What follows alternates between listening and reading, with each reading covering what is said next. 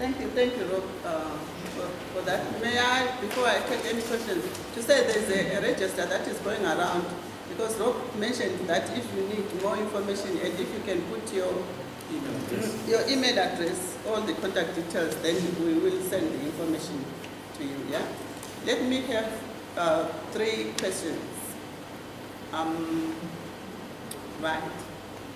Is the lady, yeah? The gentleman at the back, then in the side. Which one? This one, yeah. I'll start with the lady. Sorry, ladies first. I just want to add to the contribution. It's a very brilliant idea, but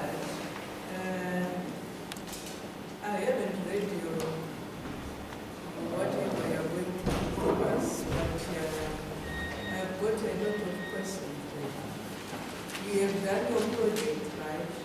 And you are basing on other countries who were successful in the project. But I think if I get you right, at some point you said there was an organization which assured you they got funds which can help the project. My own perspective, I think it was ideal for you to do a proper research or to go into the project first, a small one, to see whether it can be successful. Because communities are different, my dear. When you go to Zimbabwe, you know where you were born. I know where I was born. We know our cultural differences. We know our cultural backgrounds. And I know many, many projects which I can do in my community which can be successful. And I know the obstacles which I might face. So, just giving us an overview of your association without a proper giving us something which has been done in a particular place which has been successful. I'm not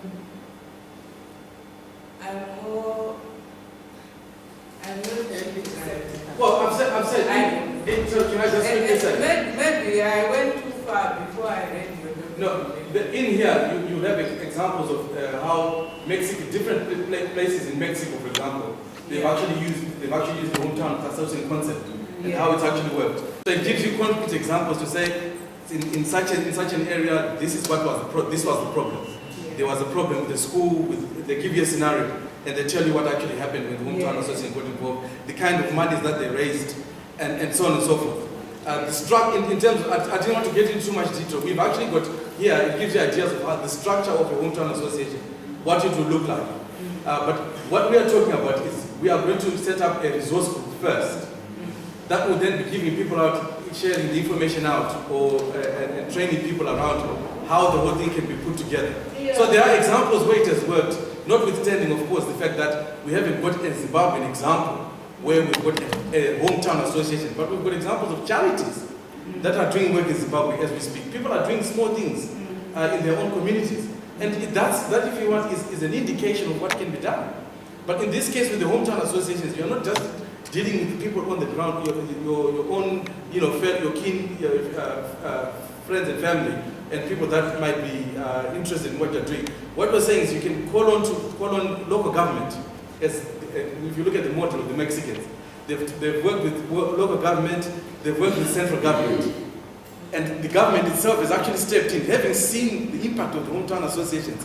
They then started what they call a 3+1 initiative, where for every £1 or $1 that was raised, the central government would contribute $3 to try and support the effort that was happening. So there was a lot more money coming now from central government, but the people were at the heart of what was actually happening. So you don't have to say, oh, the municipality is going to come with the DA, and you are going to work with them. Clearly you need to work with those partners. You can't ignore that. because ultimately we want to feed into the bigger picture in terms of the development of framework in Zimbabwe. So it's not small little things, we want to think about the bigger picture. So all these kind of issues are articulated to some extent in this document, and whatever is missing, we can fill in the gaps, but clearly we can't write everything. Thank you. And the gentleman at the back? This question is just basically directed to ZDFG in general. I just wanted to find out what initiatives have been put in place to decentralize your activities or your structures throughout the whole country. Because, I mean, in my case, I live here in Manchester, and it would be very, very difficult, probably at times, to travel, say, down to London. I don't know, are there any mechanisms or structures that you have put in place to decentralize your activities? Thank you.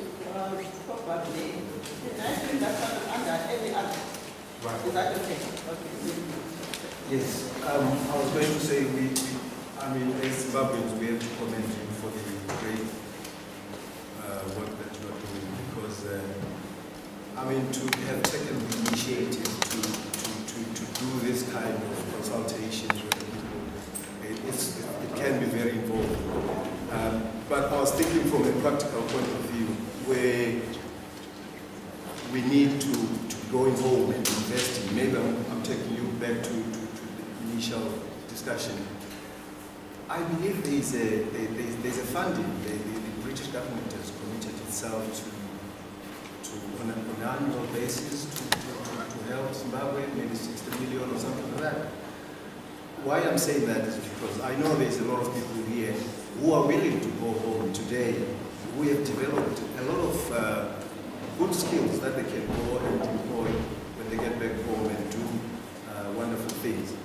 But there isn't that capital, which is why people end up going back home to start small little businesses or buy a van or do this. Whereas if this were to be done collectively here, funding like the one that I'm saying I read somewhere that the British government has committed maybe 60 million annually to, well, I'm not sure, I don't know if that has been released, but how can therefore that 60 million, how can it be accounted for back home if it's committed to Zimbabwe? Who is in control of that? Already we're talking about billions that we owe. We don't know what exactly happened to that, to all that money. And therefore, can we not sort of have a practical forum where we have such kind of investment put together, and then, as it is, I know there will be an overwhelming number of people willing to go back home and do something, but they don't have the actual cash. They have little money here and there. Let's put it together. Just the people you will do the idea. Thank you so Put much. it together, and then those who are willing, who have expertise in certain areas, then we pull together, because people are willing to go home today. Yes. Well, first of all, people do have the money. It's only that the money is disorganized. Rob highlighted something there on the figures that in 2007 we sent 0.9 billion in terms of remittances to Zimbabwe, 0.9 billion. And the British have committed 60 million to Zimbabwe in terms of aid. Yeah? If we compare 0.9 billion and 60 million, which money is better than ours, isn't it? It's ours, but it gets there already developed. Exactly. That's the reason why we have come up with these HTAs, so that we try to organize our money into one pot, and then we can monitor it. About the 60 million that has been, maybe it's 110 that is going to be committed, 110 or 110, not million, that is going to be committed to Zimbabwe. Normally, this is money on paper. Maybe the money that is going to reach Zimbabwe is 1 million. The money has to pay for the staff, the agency that deals with that money. The money goes to what they call their partners on the ground, who they work with. And their partners, they too employ staff, they've got chief executives and so on, who are normally based here. So now, it's only money coming out in the name of Zimbabwe. But really, that money remains, it's like what Tam was talking about when we were talking about the debt, where people were asked, Zimbabwe was given a loan probably to buy Amasantana, those Land Rovers. But then did the money actually come out? The money never reached Zimbabwe. All what reached Zimbabwe was those Land Rovers. So that is what happens in terms of aid. And then if you look at that aid, and if you look at us and all the other partners, which are Oxfam, UNICEF, Red Cross and so on, they are partners who are working on the ground. And then us also trying to say, okay, can you also give us that little bit there? What can it do? And yet we are so powerful in terms of the remittances that we do as a community. So this is why we are saying that somebody mentioned a $10. Was it you say? That if you can contribute a $10. For me, it's not even a $10, it's just £1. Wow. We are about 500,000 Zimbabweans living in this country, only in this country. 500 million, sorry, 500,000. And if 500,000 can contribute that £1 a month, it's 500,000 a month. What is it a year? Those who do mathematics. Honestly, we could be putting together really good money together every year to do big projects. If you come to the conference, probably you'll be given this report, and you are going to see how Wangi Colliery was given money, which really those who gave the Wangi Colliery, they never put together any monitoring, because we talked about the monitoring tools, how do we monitor the money that goes to Zimbabwe. For me, that was irresponsible lending by those who were giving money, because how do you borrow somebody whom you do not know where they are going to generate the money, the revenue for paying back that loan? For example, here I'm looking at this page where there are indigenous trees from Zimbabwe. These are indigenous trees when you look at them. But I think about 3 million was borrowed from the World Bank to go and fund the growing of these trees which are already there. So these are the things that we are trying to correct as a group, to say, look, do we really need, because once we start chasing that funding, then our plans are going to be shattered. Because everything comes with a price. This is the price that we are paying now, the 7 billion.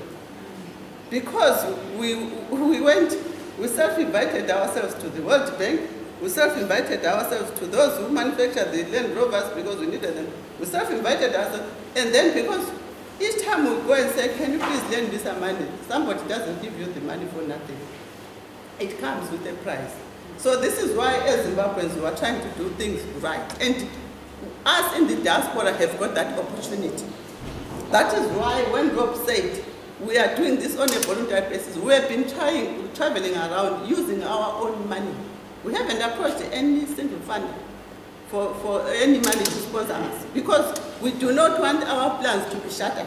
Because once we invite somebody into our plans, then they will take over. And then we won't be able to accomplish whatever we are doing. But if it's you, Zimbabweans, who are giving us the money, you have the right to ask us to say, where is the money? But somebody, if we go to somebody, they'll never ask you where is the money, because they know what they want. They'll say, okay, you can have it. That's why the money for trees was given. The money for trees, it was given because somebody had an agenda. And they accomplished that agenda. Now Zimbabwe borrowed 7 billion, but actually they've paid 8 billion. But they're still owing 7 billion. So where does that leave us? So something was happening there. So I think that is why we are saying, no, we rather sacrifice. We learn to sacrifice. We are living in a country where there is democracy, where people volunteer, and we are volunteering.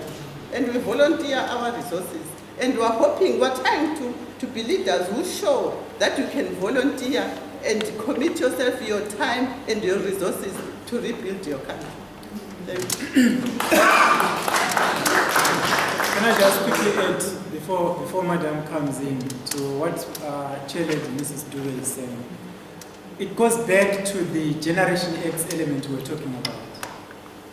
When my brothers stood up, left Matopo High School before the exams to go and join the war in Zambia, there was no aeroplane to take people to Zambia. There was no train to take people to Zambia. You left because you wanted to fight for your country and you didn't know how you were going to get there.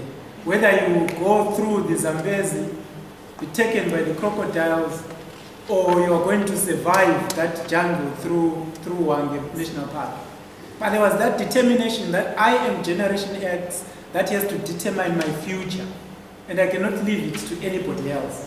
So these issues, you will find that the Hometown Association, in as much as any other ventures on the ground, I think she was asking about what's happening on the ground. On the ground, you've got every ward that has a councillor in Zimbabwe has representation, so that the people of that ward can identify their problems, can identify their issues, their opportunities within that ward, because they're not the same in many places.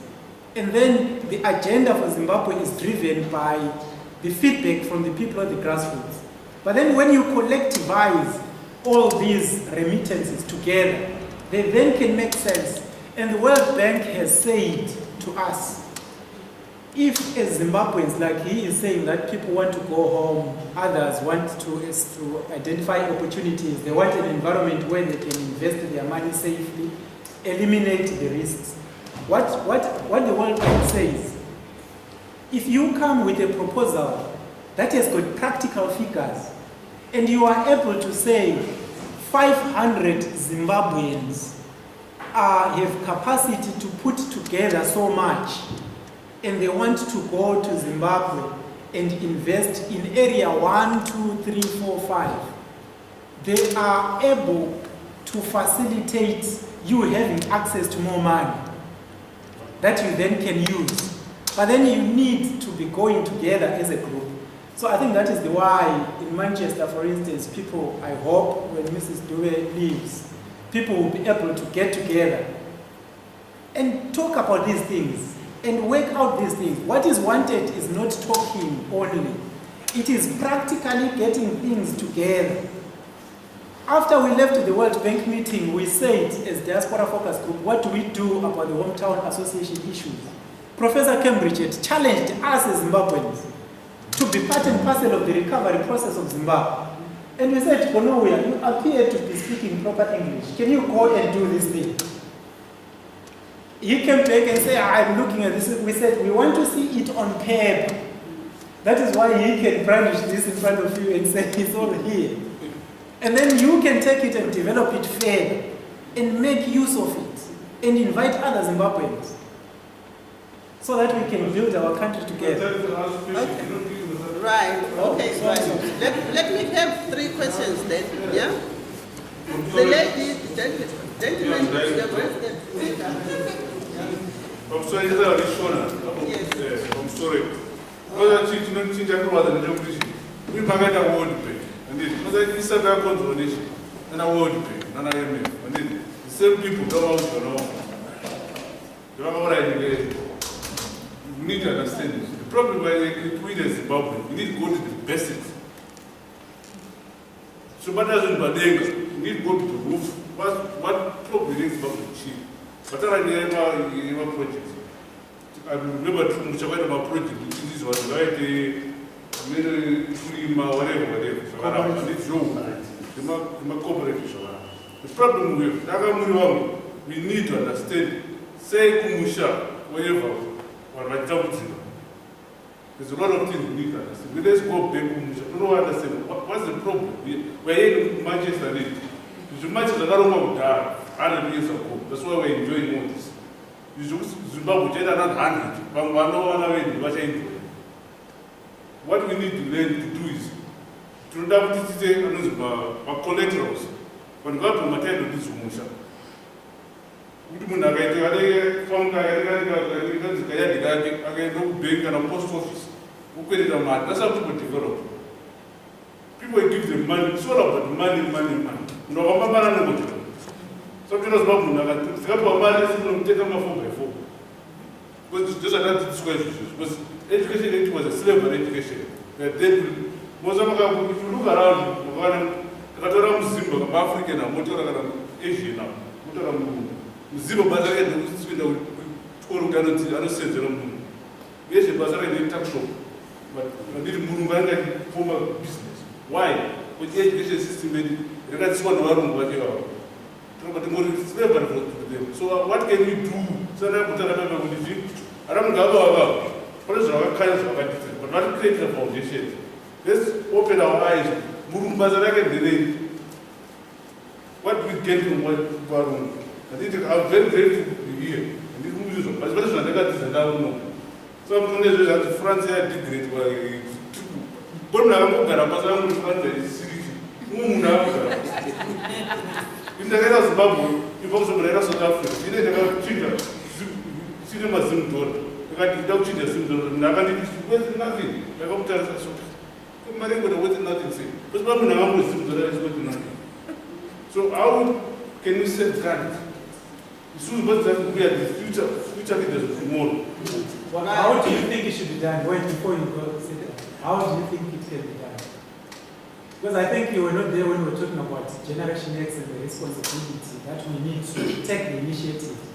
I want to find out if what these guys were talking about in Generation X, if Ndivale stands up now to tell you what he is doing with the grassroots and how that information about what Zimbabwe needs, he is doing, you might see that there's a correlation to that. But how do you think it can be done? I think that's not a better approach. Let me try and help you. I know he has got a very good solution, but let's try and help him. My brother, the first thing is, we did not approach a World Bank. World Bank was in this country. We found an opportunity to talk to them about these problems that you're talking about. And on that meeting with World Bank, it was clear that World Bank was committed to do something. And again, I'm not here to support the embassy about the 60 million that I'm talking about last year. We approached the defeat that gives the money to Zimbabwe. Right? And we are always in meetings to them, telling them, how do you safeguard that money? How do you know that the money has been received by the right recipient back on the ground in Zimbabwe? And the answers that you have heard from them are clear that they don't even know how much is used, but they pay the directors and all these things, and the money does not go straight to the embassy. I'm not protecting you, and you don't receive the money. And you don't receive the money. They are the 110 that they're going to be receiving this 24 is they are going to go into the hands of the embassy. What we are talking about is the Zimbabwe Diaspora Focus Group. And the project that we're talking about is us empowering ourselves here in the UK. Not talking to the World Bank to give us some money, but to do something on the ground. In Leicester, they came there with doing something for the people. If we pick up all the laptops here in Manchester today and send them back to Zimbabwe, this is what the organization is talking about. Right? If we pick up some other things, that we own the copper that is in this country, we own the minerals that are in this country because they already have. So if you pick up everything, every bits and pieces that we can pick up to send to Zimbabwe, to help our schools, Randana School in Weza, that in Chorocho, that in Rwanda, and all these things, by talking to our communities here in Manchester. Right, we meet the communities, talk to them, get the money from them, get the computers from them, get the ambulances that they have from the East Midlands ambulance services, and send them to Weza. It will benefit our people, and it does not have any ties. It's not bound by anything to say that the ambulance is going to be used by someone, but it's going to be used by the community, and from the Manchester community, and from the Manchester ambulance services. Just little things. That's what the your organization is talking about, to coordinate an effort that we pick up every bits and pieces of ours that belongs to ours and send it to Zimbabwe before we correct the IMF, the World Bank, and all these things. And we do not want, and all these money that we're talking about, the just to be cancelled, is because of the IMF and the World Bank and the ISAP, the Economic and Structural Adjustment Program, which they tie and bound all these things. And that's why they're saying we need it to be wiped off, because because people know how vulnerable we are. And we need to keep this embassy at close look because of the diamonds and all these things. Where is the money going? If they could not pay for 1 million, just 1 million for the plane. I've got so many relatives and friends and some visitors wanted to go back to Zimbabwe. Well, they could give some money to Zimbabwe, but they couldn't go on that week or month because of the money that this embassy could not pay. For the plane that has been traveling for over the year, it's our duty to take over our communities, not only the plane, but our communities that we live in. We know the problems that are there. You have got brothers and friends and families who are there. That's what they say. We know our community very well. We are likely to... I think some of these conversations we might have outside because time is really against us. Yeah, time is against us. Right, the gentleman had one, and can I ask Mr. Ndivali to briefly give a background of Zupa and the kind of work that we are doing with the classrooms on the ground? But before you... if you remember when I stood up earlier on, I mentioned whether we're doing this thing in clandestine without going right to people on the ground. Because I remember the meeting that we had here, which was a high-level meeting, which included, it was chaired by Dr. Adnos Chimo, I don't know if you know him from the University of Manchester. And also, present was Dr. Tendai Beatty, was there on the meeting. And also Dr. Desire Spanda, who's probably in the investment department, and he's the secretary for development, economic planning and investment promotion in Zimbabwe. So these are the people, that's why I was saying, are we talking to these people on the ground as well? Because looking at the research that we have done, which I'm very happy for what we have done, there is an in-depth research that was done, the one that we reviewed on that day. We spent the whole day with the minister and the secretary and a lot of academics at the University of Manchester, looking at Zimbabwe's situation in depth, looking at the grain problem, looking at water issues, looking at housing, poverty, and all those things were involved in that forum.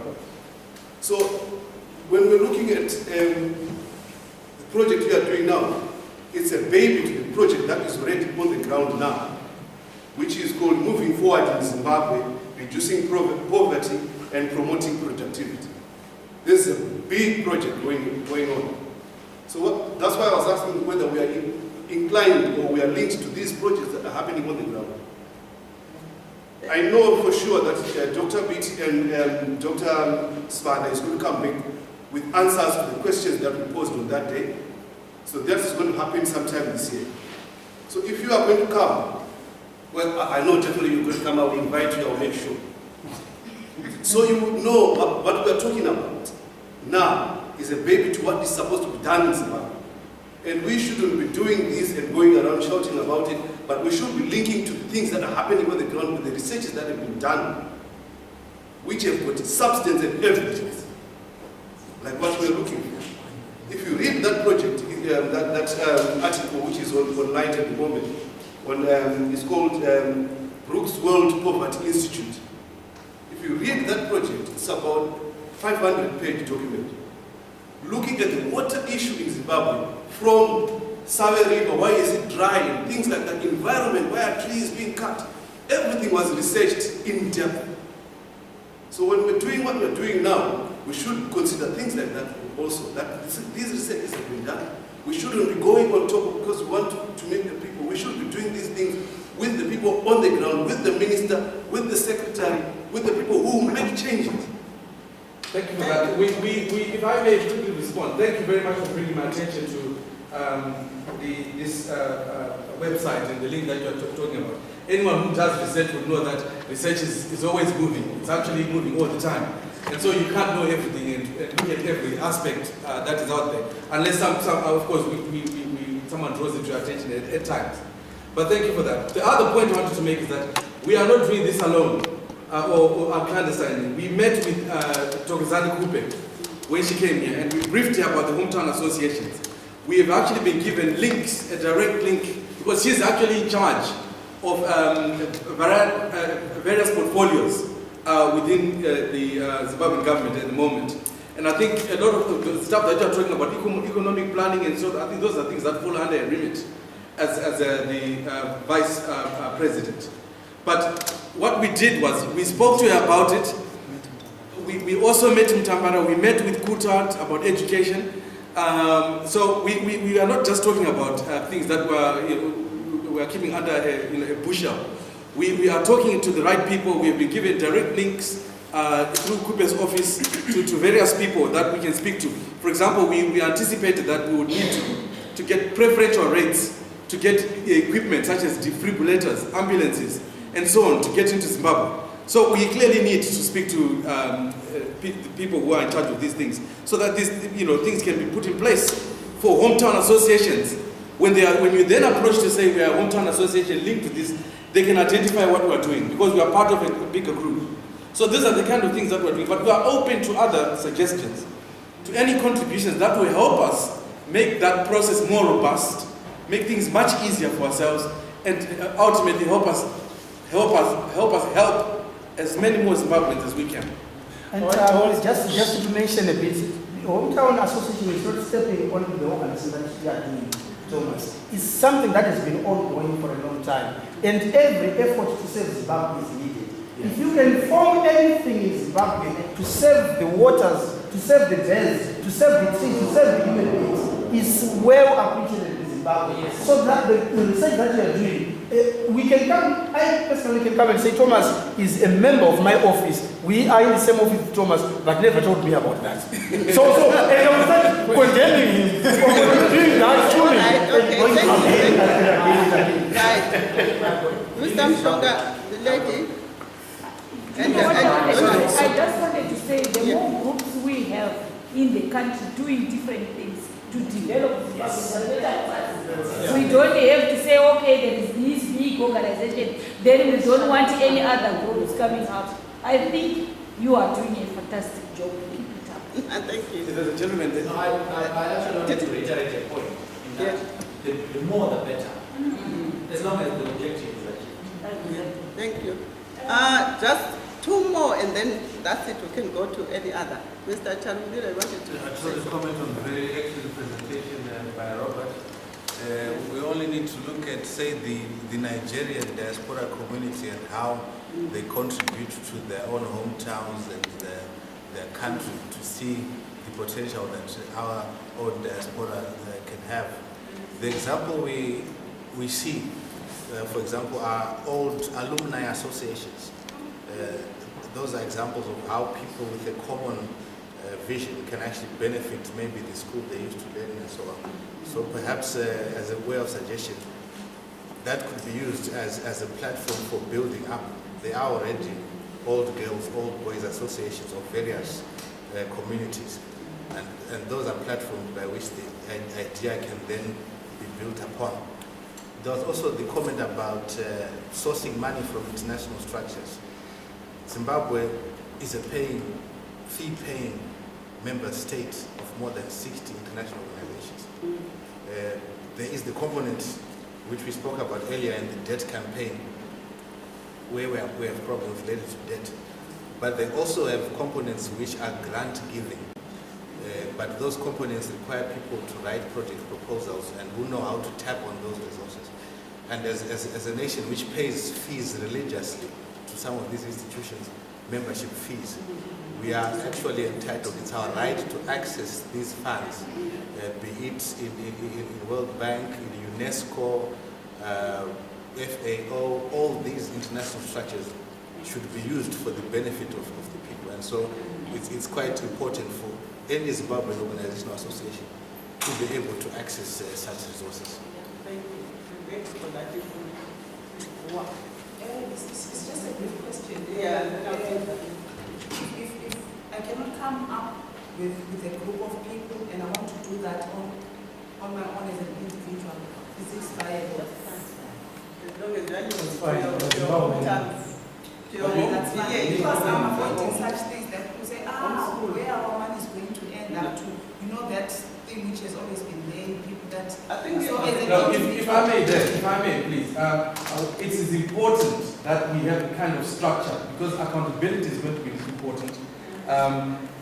Continuity is going to be important. So sustainability of the project. So if you're a one-man band and things go wrong, it means the whole thing collapses because nobody else is there to take it forward. It should be a situation where if I'm not here, for example, the Hometown Association project can still run because there are people who are involved in the planning process who are part of that process. So when you are a committee, and when we recommend how the structure of a Hometown Association, that you should have a chairperson and so on and so forth, somebody who's looking after the monies and all sorts of things. So we've got a structure that we recommend as a standard in terms of setting up an association. And so I would really discourage an association that is a one-man band, because it's for all the obvious reasons. Accountability becomes a problem. People begin to question your motive, and so on and so on and so forth. So the more you have a committee, the wider consultation, the better. But more importantly, the people on the ground. There should be a committee there that should be driving the whole thing forward and overseeing what's going on. Thank you. Just one last one, yeah? As much as the hometown associations about building communities and uplifting and instilling peace in our communities, have we thought about the challenges that may be faced through these hometown communities? Things like lack of information from international agencies who've done it before. Have we thought about how these resources are going to be continually coming in to pay salaries? For example, when you said that there are people who will be standing in different provinces looking out to see how these projects are working. And also thirdly, a lot of Zimbabweans do not have immigration status in this country. So they've got those issues that they are facing already. How do they go back on the ground to see if their projects are working if they cannot travel to and fro to Zimbabwe? So it's the risk. Yeah. Yes, can I just respond to that? I'll give you a platform. Can I just respond to that? Very good question. The whole thing about hometown associations is not the main thing that we do as a ZDFD. So we've got an asylum and immigration portfolio, for example, which looks at issues around trying to help or change policy around issues around asylum and immigration. So we meet with people at senior level, directors in the Home Office, for example, and Patson is at the heart of that action, as well as other people. But the issue around, what you're talking about, people on the ground, the challenges that people face. I mean, with anything that is starting, you're definitely going to get challenges. The Hometown Association Resource Group is going to be the umbrella body, and part of their role will be to help facilitate and train people in terms of not just how they manage these issues. Of course, that will also include things such as overcoming challenges, but also in terms of planning for the future, in terms of sustainability of the project. The costs of running the association themselves will be reduced, because what we are looking at is we've got people, Zimbabweans, who are keen to help their communities. Some of these are consultants who do project management. They cannot be paid, some of their rates by the monies that we're talking about through hometown associations. So this is a donation that they're giving in terms of their expertise. So if somebody is going to be overly in charge of, say, Mashonaland, that person is not necessarily a paid individual. They are donating their services to help promote development in their own country. So it's not just about a financial aspect to it. Some people don't want to be paid. They actually want to help. Can I interrupt you, please? Yes. I thought you said you had a pamphlet where you're explaining what this thing is. I think this meeting will go on forever. Madam Chair, can I ask you please to have the pamphlet distributed to people? If it has got contact details, people that are interested can then contact you. Yeah. Thank you. Just for the point, just one point on with the lady, you spoke about people not having papers and not managing to go home and also not to be involved in the association, right? I'm sure that we can always get other people involved that have papers to represent the committee to put out and say, of course, yes, some people want to go and that other papers, but if you work together, you find people that can also go down there. But the gentleman is here. Thank you. I know I asked Diwali to briefly say something. Are you still comfortable? Yeah. Just 5 minutes, and then I will ask the immigration portfolio for an update. Yeah.